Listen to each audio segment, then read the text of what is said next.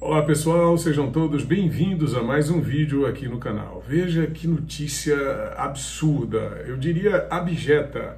O Tribunal Regional Eleitoral de São Paulo cassou nesta quinta-feira, 30 de janeiro, o mandato da deputada federal Carla Zambelli, do PL de São Paulo. A decisão foi tomada por 5 votos a 2 e considerou que a parlamentar teria cometido abuso de poder político e usado indevidamente meios de comunicação ao divulgar informações falsas sobre o processo eleitoral de 2022. A cassação acontece a partir de uma ação do PSOL, Partido da Solidariedade, o partido do Guilherme Boulos, que é uma espécie de puxadinho do PT.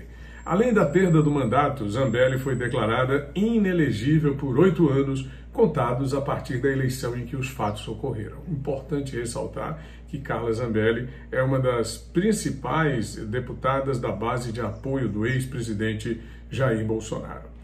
Muito bem, apesar da decisão, a deputada ainda pode recorrer às instâncias superiores. Recorrer para onde? Recorrer para o Tribunal Superior Eleitoral, onde está ali o Alexandre de Moraes, onde está ali o Luiz Roberto Barroso, onde estão todas aquelas pessoas acasteladas com propósito, me parece verdadeiro, de atender esse tipo de demanda de determinados partidos da extrema esquerda com o objetivo de prejudicar qualquer tipo de político que venha a fazer oposição ao sistema atual comandado pelo PT e pelo boquirroto presidencial Luiz Inácio Lula da Silva.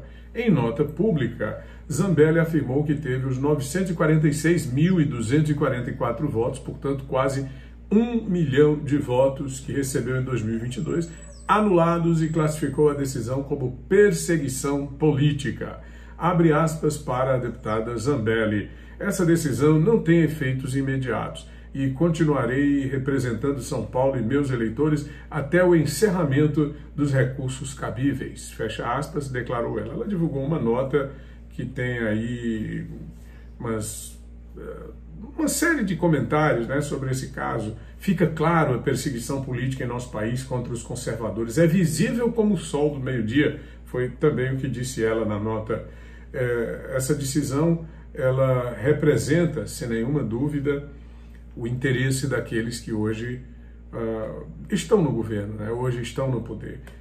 Me parece que não resta outra alternativa ao Lula, não resta outra alternativa aos seus seguidores, a não ser endurecer ainda mais e daqui por diante trabalhar a tentativa de cassação de mandatos dos deputados da oposição, de lideranças que possam de alguma maneira ameaçar a candidatura reeleitoral do boquirroto Lula.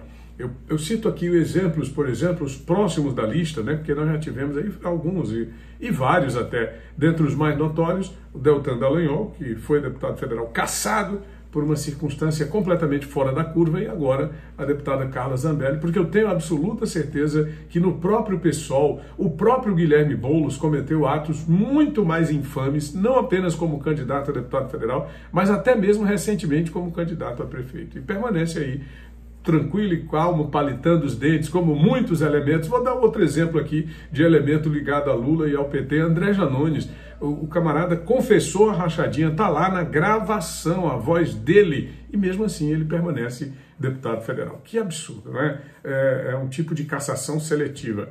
Mas eu fiz aqui uma breve relação, uma pequena relação de deputados e senadores que podem ser os próximos da lista da Justiça Eleitoral em seus estados e, consequentemente, vai lá para o Tribunal Superior Eleitoral, que apenas confirma as medidas com o objetivo de defenestrá-los do processo eleitoral. Gustavo Gayer, Marcel Van Hatten, Nicolas Ferreira, o senador Rogério Marinho, a senadora Damares Alves, e o troféu principal para essa gente seria o deputado federal Eduardo Bolsonaro, do PL de São Paulo, que é filho do ex-presidente Jair Bolsonaro e que já foi colocado, inclusive, na linha de sucessão.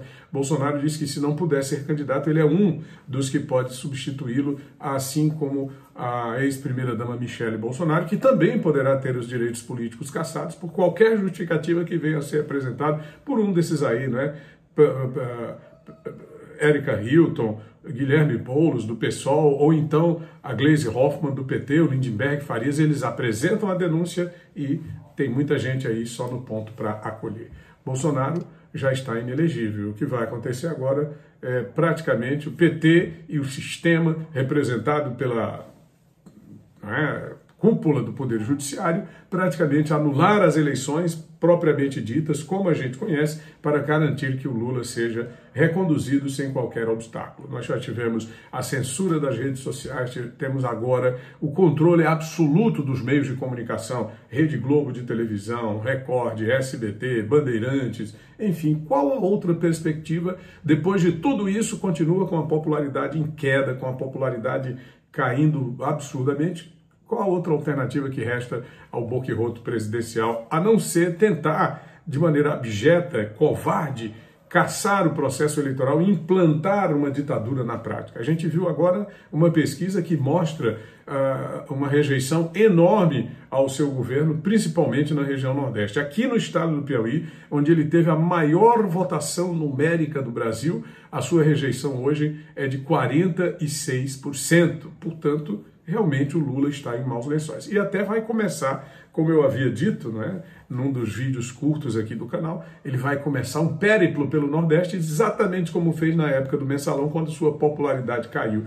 Ele veio ao Nordeste, fez discursos, minha mãe nasceu analfabeta, eu sou filho de imigrante nordestino, e aí ele acha que consegue, desta vez, novamente se recuperar com esse tipo de discurso. Vamos ver o que é que vai acontecer.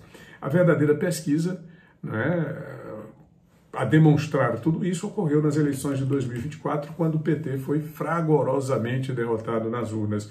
Bom, e é isso, pessoal. Eu gostaria só de lembrar que nos anos 80, quando eu iniciei minha profissão como jornalista, existia um meio da gente saber qual era o candidato que estava na frente. A pesquisa mais correta era a seguinte: à noite antes da eleição, a gente saía e visitava ali disfarçadamente todos os grupos de candidatos, todos os partidos, e eles faziam festas na véspera da eleição, reuniam os seus eleitores. Aquele que tivesse o maior número de gente podia cravar como certo, seria o eleito. Eu muitas vezes cravei certo, deu certo. A maior pesquisa é a pesquisa da própria eleição, e o PT, em 2024, foi derrotado como nunca antes na história desse país. Tônio Rodrigues, Além da Notícia.